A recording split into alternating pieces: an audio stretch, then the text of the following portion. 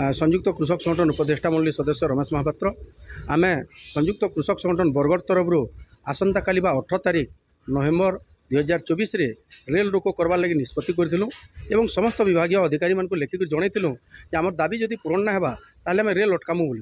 कारण बरगढ़ जिले में मैक्सिमम जनित फसल नष्ट होता आम इन्शुरांस बाबद में पाखापाखि 128 कोटी टंका एवं इनपुट सब्सिडी बाबद नहीं 58 कोटी टंका पाइबार कथा बर्तमान सुधा आम इनपुट बाबद नहीं मात्र 45 लाख टंका और इन्शुरांस बाबद नहीं मात्र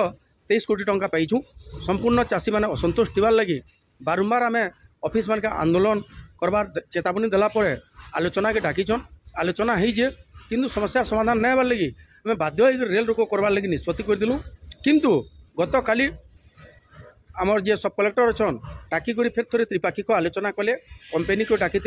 एवं आमको रिटिन देछन जे 10 दिन भितर आपनकर दाबी सब पूरण करमु आपण माने रेल रोको नहीं करूँ बोलिक आम निष्पत्ति करूँ ये जदि 25 तारिख सुधा आमर दाबी पूरण नहीं हेले आम फिर थे 26 तारिख रेल रोको करूँ किंतु वर्तमान रेल रोको जेन आम आह्वान करदेलु रेल रोको करवा लगी जे निष्पत्ति करूँ आज आम ताके प्रत्याहार करूँ 10 दिन पर्यंत अपेक्षा करूँ जे रिटिन प्रतिश्रुति देछन ताके जदि कार्यकारी ना हेला फिर थोड़े रेल रोको होगा एटा कृषक संगठन तरफ चेतावनी बरगढ़ मुन्ना साहू रिपोर्ट बरगढ़ टाइम जेकोसी न्यूज देवार लगी आम नंबर फोन करूँ।